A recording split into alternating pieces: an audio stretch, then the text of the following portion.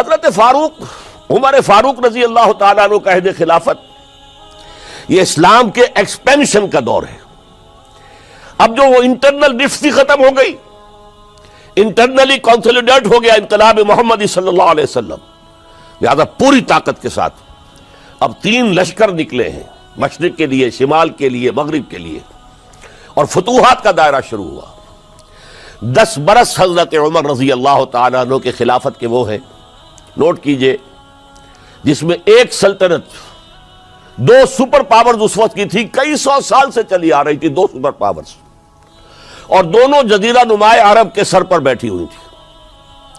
سلطنت ایران، عراق سے ہو کر سلطنت ایران، کہ خسرو کے زمانے سے، ذوالقرنین کے زمانے سے عظیم مملکت تھی، سپر پاور۔ دوسری طرف سلطنت روما، دی رومن امپائر، 3 بر اعظموں کو محیط تھی۔ رومن امپائر پورا شمالی افریقہ اس کے تحت تھا، پورا مغربی ایشیا اس کے تحت تھا، شام اس کے تحت تھا، ترکی اس کے تحت تھا، اور یورپ کا سارا مشرقی علاقہ اس کے تحت تھا۔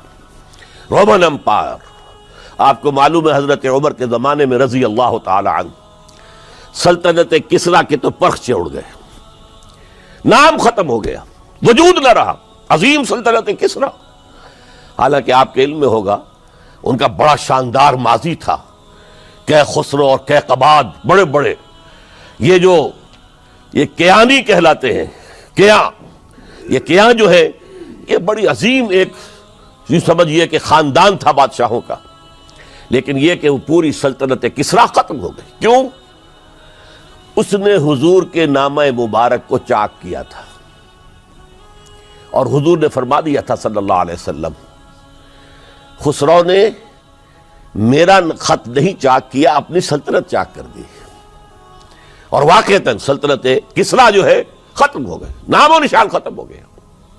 دوسری طرف سلطنت روما تھی، عیسائیوں کے ساتھ، چونکہ وہ تھی کرسچین، عیسائیوں کے ساتھ حضور کے زمانے میں کوئی براہ راست تصادم نہیں ہوا تھا، سارا تصادم ہوا تھا یا مشرکین عرب سے اور یا یہودیوں سے۔ عیسائی جو ہے عربین پیننسولا میں تھے ہی نہیں، یمن کے علاقے میں کچھ تھے لیکن ان کی کوئی حیثیت نہیں تھی، لہذا کوئی کنفرنٹیشن نہیں ہوئی۔ دوسرے عیسائیوں میں ابھی اہل علم موجود تھے، جیسے آپ کو معلوم ہے نجاشی بادشاہ کیسے ایمان لے آئے، اس نے حضرت عیسیٰ کے بارے میں پوچھا، حضرت جعفر طیار رضی اللہ تعالیٰ عنہ نے سورہ مریم کی آیات پڑھ کر سنائیں، اور اس نے کہا بین ہی جو ان آیات میں تم نے پڑھا ہے، عیسیٰ کی حقیقت اس سے تن کے برابر بھی زیادہ نہیں ہے۔ اسی طرح ہرقل نے جب اس کو حضور کا نامہ مبارک پہنچا، اس نے جو بھی پیغامبر آئے تھے ایلچی، ان کا اکرام کیا، احترام کیا۔ وہ عالم تھا، جان گیا کہ یہ نبی آخر الزمان ہے، چاہتا تھا کہ میں ایمان لے آؤں بشرطے کہ میرے سارے درباری سپہ سالار بھی ایمان لے آئیں۔ جیسے کہ سن 300 عیسوی میں پوری رومن امپائر نے عیسائیت اختیار کی تھی، اس سے پہلے وہ بت پرست تھے۔ 300 عیسوی میں سلطنت روما کا جو ایمپرر تھا وہ ایمان لے آیا حضرت عیسیٰ پر۔ اس وقت تک ظاہر بات ہے اسلام حضرت عیسیٰ کا دین تھا، حضور تو ابھی آئے نہیں، حضور کے آنے میں تو ابھی 300 برس باقی ہیں۔ وہ عیسائی ہو گیا، پوری مملکت عیسائی ہو گئی، تو وہ نظام جو تھا حکومت کا برقرار رہا، انٹیکٹ رہا۔ ہرقل یہ چاہتا تھا کہ اسی طرح میری پوری سلطنت ایمان لے آئے تو میری حکومت برقرار رہے، لیکن یہ کہ اس کے جو درباری تھے اور اس کے بڑے بڑے جو سپہ سالار اور جرنیل تھے انہوں نے ریجیکٹ کر دیا، اور یہ بادشاہت کی بیڑی اس کے پاؤں میں پڑی رہ گئی۔ ایمان تو نہیں لایا لیکن پہچان گیا تھا حضور کو صلی اللہ علیہ وسلم۔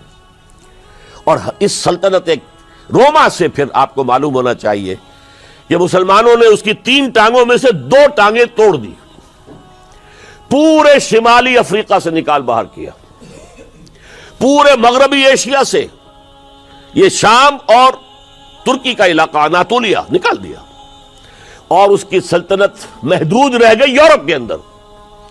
تو یہ عظیم کام ہوئے ہیں حضرت عمر رضی اللہ تعالی عنہ کے عہد میں۔ اب سوچئے اس عظیم ریولوشن کا بھی کوئی کاؤنٹر ریولوشن ہونا چاہیے تھا کہ نہیں؟ ایرانی بڑے زبردست نیشنلسٹ لوگ تھے، نسل پرست، اپنی نسل پر فخر کرنے والے. ہماری روایات عظیم ہیں، ہم کہ خسرو کے وارث ہیں. اور آپ کو معلوم ہے کہ آخری جو بادشاہ تھا رضا شاہ پہلوی، وہ چاہتا تھا کہ کہ خسرو کے دور کی عظمت اور سطوت کو دوبارہ لے آئے. 2500 سالہ جشن اس نے منایا تھا. وہ چاہتا تھا وہی شان میری ہو جائے جو کہ خسرو کی تھی.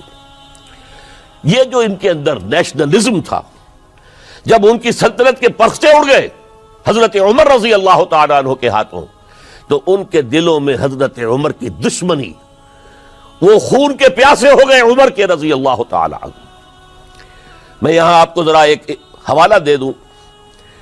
فردوسی نے جو شاہ نامہ لکھا، حالانکہ وہ مسلمان تھے لیکن چونکہ پرانے ایرانی ذہن کی عکاسی کر رہے تھے، تو انہوں نے جب کہ عرب فوجیں آئی ہیں تو اس نے ایران کا جو اپنے اوپر فخر تھا اس کی ترجمانی کرتے ہوئے لکھا ہے: زشیر شتر خوردن و سوسمار عرب را بجائیست آیت قرار کہ تختے کیا را کنند آرزو تفو برتو ہے چرخ کرداں تفو.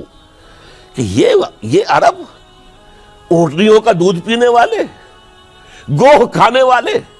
یہ گوہ ایک بڑی سی چھپکلی کا جیسا جانور ہوتا ہے جو صحرا کے اندر ہوتا ہے، اور وہ اپنا ایک گھر بنا کر رہتا ہے، اسے کھاتے تھے. تو یہ گوہ کھانے والے، اونٹنیوں کا دودھ پینے والے عرب، آج ان کی یہ جرت، یہ جسارت، یہ ہمت کہ تخت کیارا کنند آرزو، کہ وہ آج آرزو کر رہے ہیں کہ کہ سلطنت کہ کا تخت جو ہے وہ ہمیں مل جائے. تفو برتو ہے چرخ گرداں تفو، تف ہے تجھ پر اے گردش کرنے والے آسمان، تف ہے تجھ پر. لہذا اب کاؤنٹر ریولیوشنری موومنٹس آئی ہے. حضرت عمر کی شہادت اس کا نتیجہ ہے.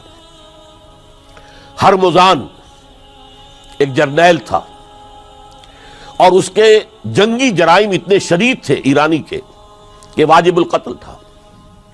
وہ گرفتار ہو کر حضرت عمر کے سامنے پیش کیا گیا. حضرت عمر نے فرمایا یہ واجب القتل ہے، اس کی گردن اڑا دی جائے. اس کی چالاکی دیکھیے. اس نے کہا امیر المومنین، اے مسلمانوں کے امیر عمر رضی اللہ تعالی عنہ، مجھے ذرا پانی پلوا دیجیے. حضرت عمر نے فرمایا پانی لا دو. ایک کٹورے میں پانی دے دیا گیا. پھر کہا دیکھیے امیر المومنین، مجھے ضمانت دیجیے کہ جب تک میں یہ پانی پی نہ لوں مجھے قتل نہیں کریں گے. فرمایا ہاں ہاں تم پانی پی لو، جب تک یہ پانی تم نہیں پیو گے ہم قتل نہیں کریں گے. اس نے وہ کٹورا پھینک دیا. نہ اب میں یہ پانی پی سکتا ہوں نہ آپ مجھے قتل کر سکتے ہیں، کیونکہ آپ کا عہد یہ ہے کہ جب تک میں یہ پانی نہیں پیوں گا آپ مجھے قتل نہیں کریں گے. اس ہیلے سے جان بچا گیا. پھر اس شخص نے ابو لولو فیروز، ایک غلام تھا، اسے اس کام کے لیے تیار کیا. حضرت مغیرہ ابن شعبہ کا غلام تھا وہ، اور حضرت مغیرہ نے اس سے روزانہ کی ایک اجرت کہ تم کام کرو، مجھے صرف 7 آنے روزانہ دے دیا کرو. اس نے آ کر حضرت عمر سے کہا کہ میرا جو آقا ہے مغیرہ ابن شعبہ، یہ مجھ سے بہت زیادہ طلب کرتا ہے. حضرت عمر نے پوچھا کیا دیتے ہو؟ 7 آنے. تم کرتے کیا ہو؟ کہ میں نجار بھی ہوں، میں لوہار بھی ہوں، میں یہ کام کرتا ہوں. فرمایا اتنے پیشوں کا جاننے والا اس کے لیے یہ روزانہ کا ٹیکس یہ زیادہ نہیں ہے، یہ تمہیں دینا چاہیے. اس نے کہا میں چکیاں بھی بناتا ہوں. حضرت عمر نے فرمایا پھر ایک چکی ذرا مجھے بھی بنا دینا. کہنے لگا آپ کے لیے تو میں ایسی چکی بناؤں گا کہ جس کی آواز دنیا بھر میں جائے گی. وہ شخص ہے اور ہرمزان کی سازش کے تحت وہ ایرانی جسے بعد میں ایرانیوں نے کیا کہا، جس نے قتل کیا حضرت عمر فاروق کو، حضرت ابو لولو فیروز. آج بھی ایران میں اس کی قبر کی تفسیریں بکتی ہیں بازار کے اندر. حضرت ابو لولو فیروز وہ آیا ہے مسجد نبوی میں، اور آ کر اس نے جبکہ حضرت عمر رضی اللہ تعالیٰ عنہ امامت فرما رہے حملہ کیا، 5-6 وار خنجر کے کیے. حضرت عمر رضی اللہ تعالیٰ شدید مجروح ہو گئے. یہ انتقام تھا جو عجم نے وہ سلطنت کے جس کے ٹکڑے ختم ہو گئے تھے، جس کا ٹکڑے کر دیے گئے تھے، اس نے انتقام لیا عالم اسلام سے. سمجھا انہوں نے یہ تھا کہ شاید یہ پوری عمارت اسی ایک ستون پر کھڑی ہے، حضرت عمر ہی کے ستون پر کھڑی ہے، اس ستون کو گرا دو گے پوری عمارت گر جائے گی. لیکن ثابت ہوا نہیں، یہ محمد کی بنائی ہوئی عمارت ہے صلی اللہ علیہ وسلم. یہ بہت قوی ہے، اس کی بنیادیں بہت مضبوط ہیں، کوئی ذرا سی تریڑ بھی نہیں آئی، ذرا سی تریڑ بھی نہیں آئی. حضرت عمر فاروق کی شہادت کے بعد حضرت عثمان رضی اللہ تعالیٰ عنہ کا دور خلافت شروع ہوا، اور جوں کا توں جو قافلہ چل رہا تھا آگے چلتا چلا گیا.